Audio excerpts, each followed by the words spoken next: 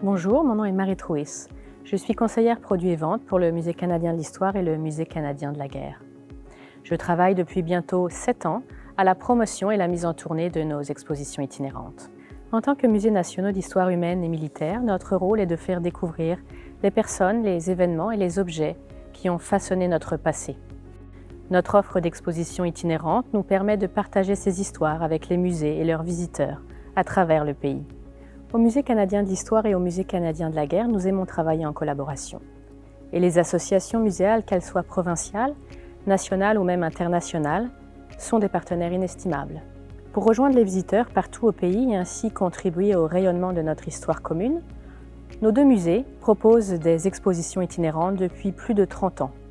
Interactives, modulaires et bilingues, nos expositions abordent des sujets diversifiés, allant de l'histoire sociale au sport en passant par l'art militaire et la culture populaire.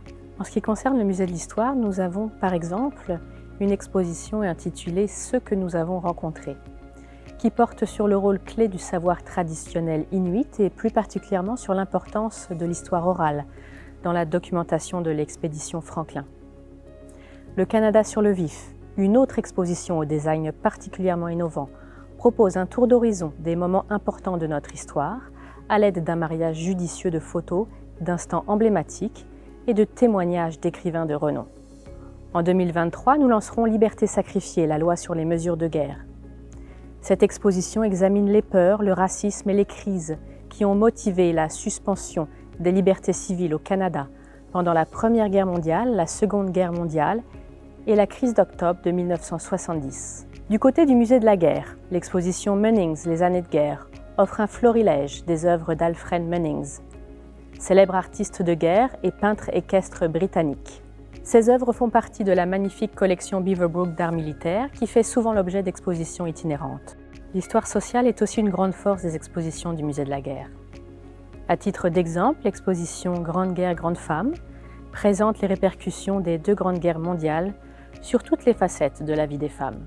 Je tiens à souligner qu'en plus d'offrir un contenu de grande qualité, nos expositions sont abordables et comprennent les frais de transport, afin que tout organisme, peu importe sa taille, puisse y accéder.